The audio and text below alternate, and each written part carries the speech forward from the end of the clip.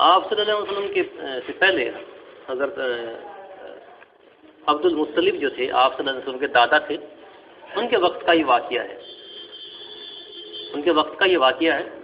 تو ہوا کیا کہ آپ صلی اللہ علیہ وسلم کا جو خاندان ہے، پیچھے قریش قبیلہ تھا، اس قریش میں الگ الگ شاخیں ہیں، الگ الگ خاندان بڑھتے چلے گئے، قبیلے بنتے چلے گئے۔ تو آپ صلی اللہ علیہ وسلم کا جو خاندان ہے وہ ہاشمی خاندان ہے، اور دوسرے ایک اور شاخ تھی۔ تو اس ہاشم خاندان سے ایک آدمی نے نوکری کی، جو دوسرا شاخ تھی، کسی دوسرا جو قبیلہ تھا وہاں ان کے یہاں نوکری کی کسی آدمی کے یہاں۔ تو یہ اس کے ذمہ کیا ہوا کہ یہ اونٹ لے کر جانے ہیں، اونٹ لے کر چل دیے، سامان بھی ہوگا یا اونٹ جو بھی تھے، جتنے بھی اونٹ سے لے کر چل دیے۔ اب اس کے اپنے قبیلے کا کوئی آدمی آیا، وہ اونٹ لے کر آیا، وہ بولا کہ میرے پاس جو ہے ایک بوری باندھنی ہے، اور اس کا جو رسی ہے جس کے ساتھ باندھتے ہیں وہ رسی ٹوٹ گئی ہے، مجھے ایک رسی دے دو۔ تو اس نے ایک رسی اسے دے دی۔ اب دینے میں وہ تو چلا گیا، لے کے اس کا کام صحیح ہو گیا، وہ چلا گیا۔ اس کے بعد یہ آدمی جب آگے گئے تو اونٹ باندھنے تھے، تو سارے اونٹ بندھ گئے، ایک اونٹ جو ہے وہ بندھا وہ نہیں ہے۔ تو جو مالک ہے اس نے پوچھا کہ یہ اونٹ کیوں نہیں بندھا، اس کی رسی کہاں ہے؟ اس نے بتا دیا کہ جی یہ اس کی جو رسی ہے، اس کی رسی میں نے فلاں شخص کو دے دی۔ تو اس نے وہ جو دوسرا آدمی تھا اسے اتنا غصہ آیا کہ اس نے وہ ایک لاٹھی ماری، اور لاٹھی مارنے سے جو ہے یہ مرنے کے قریب پہنچ گئے، مرنے والا ہے، وہ آخری سانسیں ہیں۔ تو ایک چیز میں یہ یہاں عرض کر رہا ہوں کہ آدمی کسی چیز سے حملہ کرتا ہے تو یہ تسلیم نہ کرے کہ اس سے کچھ نہیں ہونے والا، یا بس تھوڑی چوٹ لگ جائے گی، اس سے کچھ بھی ہو سکتا ہے، ایک لاٹھی سے بھی یا کسی بھی چیز سے کچھ بھی ہو سکتا ہے۔ ابھی تھوڑے دن پہلے ہی آپ نے دیکھا ہوگا، ایک کھلاڑی تھا، صرف ایک گیند لگی، تو گیند لگنے سے ہی جو ہے وہ اسے کیا پتا تھا کہ یہ جو گیند ہے اس پر میری موت سوار ہو کر آئی۔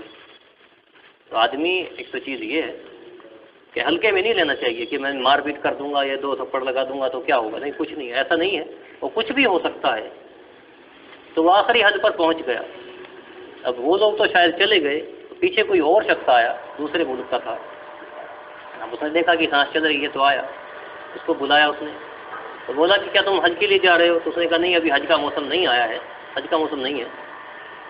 تو کہ تم حج کے لیے جاؤ گے؟ کہ جی ہاں حج کے لیے جاؤں گا، ابھی جب حج کا موسم آئے گا، حج کا وقت آئے گا تو میں حج کے لیے چلا جاؤں گا۔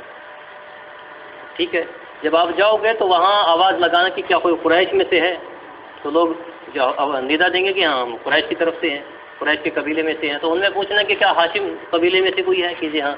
تو جب وہ کہیں گے اس کے بعد میں پوچھنا کوئی عبد المطلب کہاں ہے تم میں سے؟ عبد المطلب ملے گا تو انہیں بتانا کہ یہ واقعہ ہوا ہے کہ مجھے لاٹھی ماری گئی اور میں اس کی وجہ سے جو ہے میں دم توڑ رہا ہوں۔ تو اسے دم توڑ دیا، تو وہ آدمی اپنے راستے چلا گیا۔ اب یہ جو واپس آیا، یہ جو مالک تھا، تب آدمی نہیں ہے ساتھ، واپس نہیں ہے۔ تو عبد المطلب نے پوچھا کہ جو ہمارے قبیلے کا آدمی آپ کے ساتھ گیا تھا وہ کہاں ہے؟ کہ جو وہ بیمار ہو گیا اور ہم نے پھر اس کی تیمارداری کی، اور پھر اس کے بعد بھی وہ نہیں بچا تو ہم نے اس کو انتقال کر گیا تو ہم نے اس کو دفن کر دیا۔ حضرت عبد المطلب نے کہا کہ مجھے یہی امید تھی کہ تم ایسا ہی کرو گے۔ تو خیر حج کا موسم آیا، حج کے موسم میں وہ شخص آیا، اس نے آواز لگائی کہ قریش میں سے کون ہے؟ تو لوگوں نے بتایا کہ یہ قریش کے لوگ ہیں۔ تو بولے کہ ہاشم قبیلے میں سے کون ہے؟ کہ یہ ہاشم قبیلہ ہے، یہ بیٹھے ہیں۔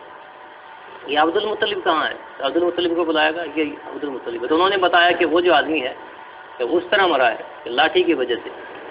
تو پھر عبد المطلب نے اس کے جو مالک تھا اسے بلایا کہ تمہیں 3 چیزوں کا اختیار ہے، تم میں سے ایک اختیار کرنی پڑے گی۔ پہلی چیز تو یہ ہے کہ تم 100 اونٹ اس کے بدلے میں خون بہا ادا کرو، ایک آدمی تم نے قتل کیا ہے اس کے بدلے میں 100 اونٹ ادا کرو۔ جی میں یہ منظور نہیں کرتا۔ تو دوسری چیز یہ ہے کہ تمہارے قبیلے کے 50 آدمی تمہاری طرف سے قسم کھائیں کہ تم نے یہ کام نہیں کیا ہے، تو پھر میں تمہیں چھوڑ دوں گا۔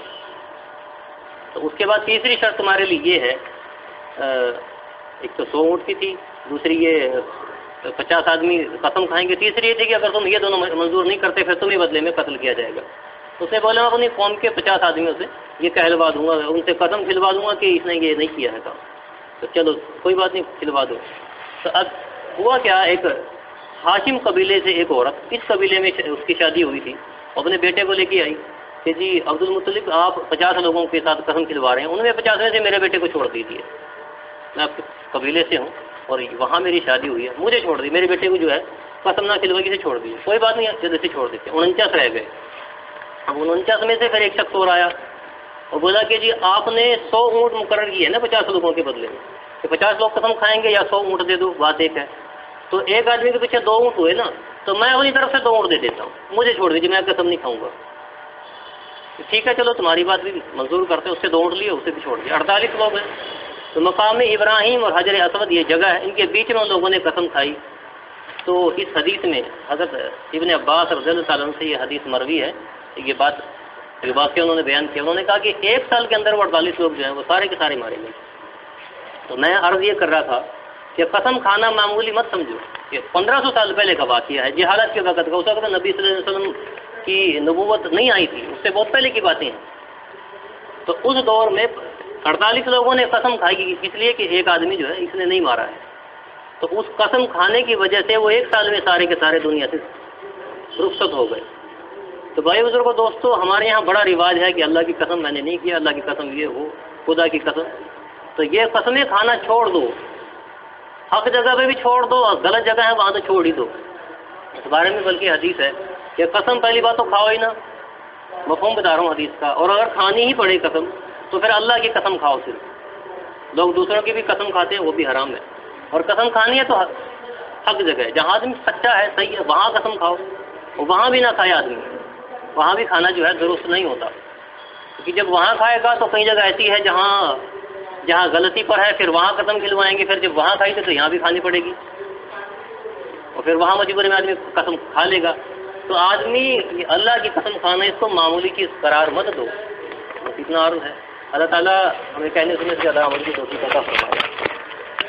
پچھلی بار جو واقعہ ہوا تھا، میں نے عرض کیا تھا یہ قسم کھانے سے متعلق، تو اس میں غلطی جو مجھ سے ہوئی ہے وہ عبد المطلب نہیں تھے، وہ آپ صلی اللہ علیہ وسلم کے جو چچا ہیں ابو طالب، یہ وہ تھے.